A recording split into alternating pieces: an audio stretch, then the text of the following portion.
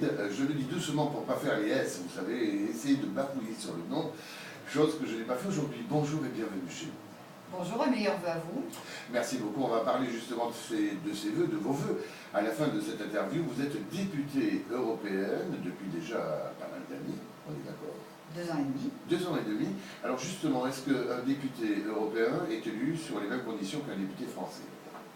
Non, pas du tout. L'élection européenne, c'est une élection de liste. Nous sommes à mi-mandat. C'est vrai qu'après 2 ans et demi de fonctionnement, on a une vision peut-être un peu plus claire. Cette élection, elle correspond à des régions en France. C'est le choix qu'a fait la France, des listes régionales. Et puis c'est une proportionnelle à un tour. À un tour uniquement. À un tour uniquement. Bon, dites-moi justement, on risque d'y revenir, on en reparle pour la France de remettre la proportionnelle pour les législatives. Vous êtes d'accord ou pas sur ce principe? Je suis un peu perplexe. C'est vrai qu'une élection proportionnelle est une élection très démocratique. C'est vrai que c'est le cas dans pas mal de pays d'Europe. Mais je me pose des questions sur la capacité de la France à gouverner dans des compositions de coalition, puisque c'est vrai qu'une proportionnelle à un tour amène à des coalitions. C'est d'ailleurs le cas au Parlement européen. Discutons avec nos collègues d'autres partis. Et justement, donc, puisqu'on va parler de cette Europe aujourd'hui, qui est très décriée en ce moment, mais on va y revenir, Julien, qu'est-ce que vous pouvez nous dire justement de ce mélange européen que vous avez, vous, en haut, là-bas, soit à Strasbourg, ou soit au Berlaymont, la commission. La commission. Bah, écoutez, je peux vous dire d'abord ça se passe bien, d'abord ça se passe très bien, effectivement. Quand vous avez un monsieur Corbendit qui prend tout le temps la parole, il n'a pas besoin de micro, par exemple. Nous avons très peu de spectacles au Parlement européen. D'abord dans la mesure où, malheureusement, nous intéressons peu les médias et que le cinéma se fait souvent pour être retransmis. Et ensuite, parce que ce que je disais est absolument vrai, nous sommes obligés de discuter pour des projets communs. Donc, les projets communs, c'est la commission qui, après, élabore la loi dès que tout le monde est d'accord, et ça passe donc après au Parlement, on est d'accord. C'est la commission qui prépare, qui écrit, c'est avant première lecture. Alors, comment ça se passe? Petite précision, il y a des lectures comme dans tous les parlements nationaux, il y a des propositions de la commission.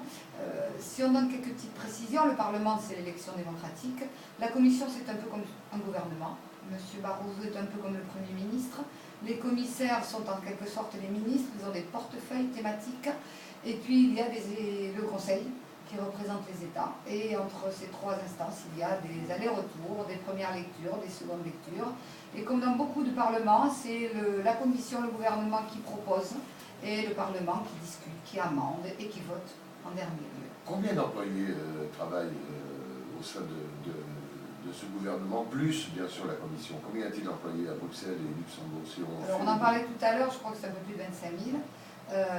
Mais qu'est-ce que c'est 25 000 pour une instance qui représente 500 millions de citoyens? Oui, quand on sait que Paris, c'est 70 villes qui travaillent pour la mairie. C'est vrai que c'est rien.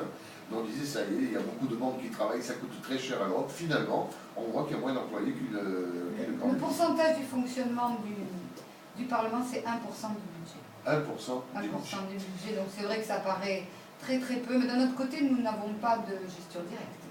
Qu'est-ce que je veux dire? Si jamais, quand on entend comme ça, de vos 2 oreilles, Madame la députée européenne, quand on entend de les 2 oreilles, allez, je vais le dire, Marine Le Pen qui dit comme ça, il faut remettre les frontières, il faut s'enlever de l'euro, etc. Qu'est-ce que vous avez à lui répondre à cette dame, si vous l'aviez en face? D'abord, je vous dirai à vous et je dirai à nos auditeurs que c'est de la pure démagogie. Parce que Marine Le Pen, on le sait, dit à ses futurs électeurs ce qu'ils veulent entendre. Deuxièmement, je dirais que c'est totalement irréaliste, totalement impossible à réaliser dans des conditions de gestion, de gouvernement. Ensuite, que s'imaginer qu'on peut construire autour de la France des murs étanches afin de rester en autarcie, aujourd'hui, dans le contexte de mondialisation, c'est un suicide, tout simplement. Alors, ça allait très mal, cette Europe. On se demandait si elle allait exploser ou pas. Je regarde les informations hier et on voit que l'Europe va mieux, ça y est, elle sort de la crise. Bon, alors, la méthode Coué, ça marche dans les 2 sens. À force de répéter que l'Europe va très mal, les gens finissent par le croire. Moi, j'estime que l'Europe ne va pas très mal. L'Europe, elle traverse une crise comme tous les pays du monde. Exactement. Il y en a qui le disent moins que nous. Mais bien sûr, regardez l'affaire des agences de notation. Les États-Unis ont été dégradés il y a déjà quelques mois, pratiquement un an. Aujourd'hui, que je sache, les États-Unis ne sont pas en faillite. Ils vont mal, comme tous les autres pays. Ils n'ont pas de problème d'emprunt, comme nous d'ailleurs. Je vous rappelle que quelques jours après que notre note ait été dégradée par une seule agence, je le répète, puisqu'on a passé sous silence le fait que les deux autres n'étaient pas d'accord, nous avons emprunté à un taux historiquement bas, bien plus bas qu'il y a 2-3 mois en arrière. Alors qu'on avait les trois. Voilà. Okay. Donc il faut arrêter cette psychose de l'Europe va mal, l'Europe va couler, l'Europe va exploser. Je crois que nous avons des hommes politiques qui sont responsables, des représentants au Conseil européen qui le sont aussi, qui travaillent d'arrache-pied avec toutes les instances, que ce soit la Banque européenne d'investissement, que ce soit les autres instances, à essayer de faire en sorte que nous fonctionnions.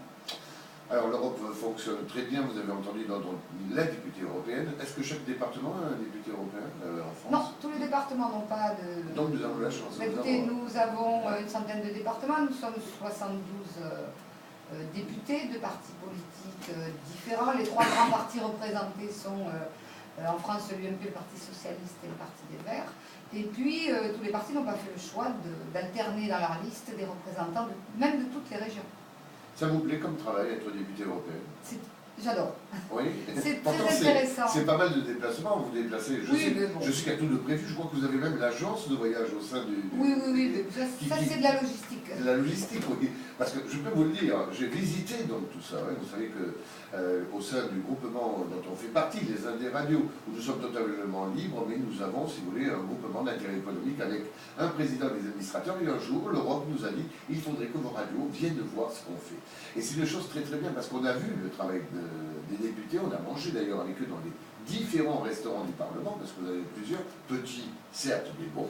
Et nous avons également visité donc, la Commission européenne. Donc à Bruxelles, hein, on a vu tout ce travail, ça fourmille là-bas dedans. Et vous disiez tout à l'heure, et c'est là-dessus que je voudrais revenir, que les médias ne sont pas trop présents à la Commission. Pourtant, vous avez des équipements fabuleux là-bas. Il y a un studio de radio, il y a des plateaux de télé à l'entrée, etc. Pourquoi les journalistes ne s'intéressent pas à vous? Parce qu'il n'y a pas justement, vous disiez, vous êtes trop sérieux? Alors, si j'étais caustique pour votre profession, je dirais que ça ne les intéresse pas. Soyez-le.